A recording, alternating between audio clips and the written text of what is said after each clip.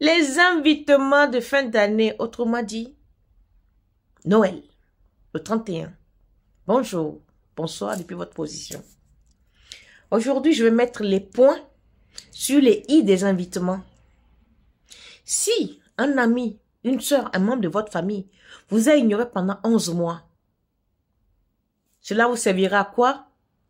D'accepter ses appels ou de le voir une fois à la fin de l'année. 0, cela vous changera. Cela ne vous apportera rien. Aussi, la négativité.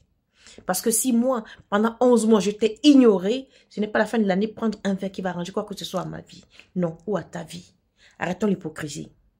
Et spirituellement, arrêtez d'aller donner vos vies aux gens pour qu'ils le mélangent.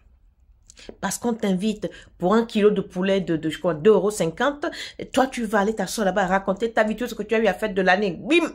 Tu vas tout raconter comme la Bible, comme vous savez bien le faire. Même celui qui enfuit, c'est-à-dire que tu n'as même pas encore commencé à élaborer le plan. Tu vas l'inventer ce soir-là et sortir. Tu sors de là quelque temps après, tout ce que tu avais prévu à faire tombe à l'eau. Vous allez accuser qui? Les sociaux du village. C'est ta propre bouche. C'est ton propre ngouna que tu es parti faire parce qu'on t'a invité, tu racontes ta vie. Mes frères, mes sœurs, si pendant 11 mois, tu n'as pas pris de mes nouvelles, je ne te donne pas le là au 12e mois. Non. Arrêtez de vous saborder. C'est-à-dire, quand je dis de saborder, c'est quoi? Pendant 11 mois, tu as vécu sans moi. Ta vie dosait. Pourquoi il fallait que je t'appelle, que toi tu viennes pour me raconter ta vie? Si j'avais envie de savoir ta vie, je l'aurais fait avant, non? Pourquoi je me sers de Noël? Mais non. Évitez les pièges de fin d'année. Quelqu'un t'a ignoré pendant X temps, enterre le vivant. Vrai. Et avance. Arrêtez de faire vos réconciliations à la con, qui ne sont pas des réconciliations. Arrêtez d'aller vers des frères et sœurs qui ne vous prennent pas comme des frères et sœurs. Ce n'est pas obligé. Vous êtes même, mais ça ne va pas. Pardon. Prends ta route. Aka. C'est forcé. Tu n'as pas demandé à naître. Donc, les fêtes de fin d'année, faites attention. Je parle pour les spiritualités africaines, pour les gens qui sont comme moi. Je ne parle pas des liseuses de Bible, parce que elles ou ils me diront, toute arme forgée contre moi est vaincue au nom de Jésus. C'est pour vous là-bas, allez-y.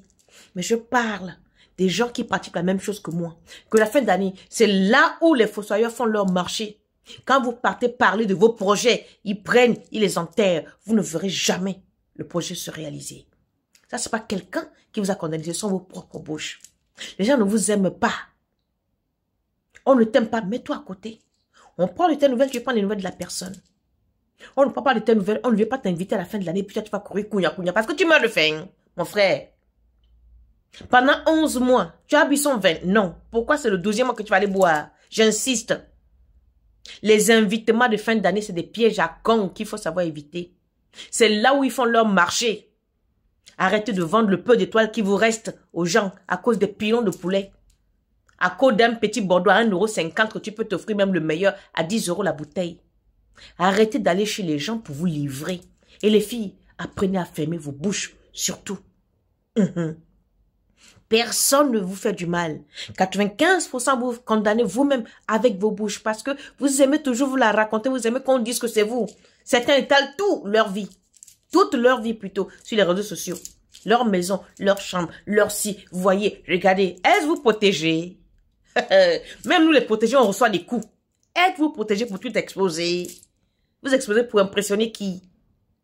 Je reviens sur l'invitation. Cette année-là, on ne va nulle part.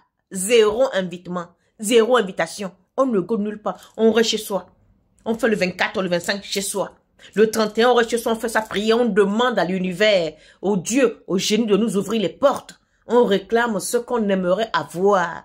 Du 31, on met son genou à terre et on prie toute la nuit pour ceux qui peuvent. 1 heure, 1 minute, 5 minutes pour les autres. On ne va nulle part, on reste chez soi.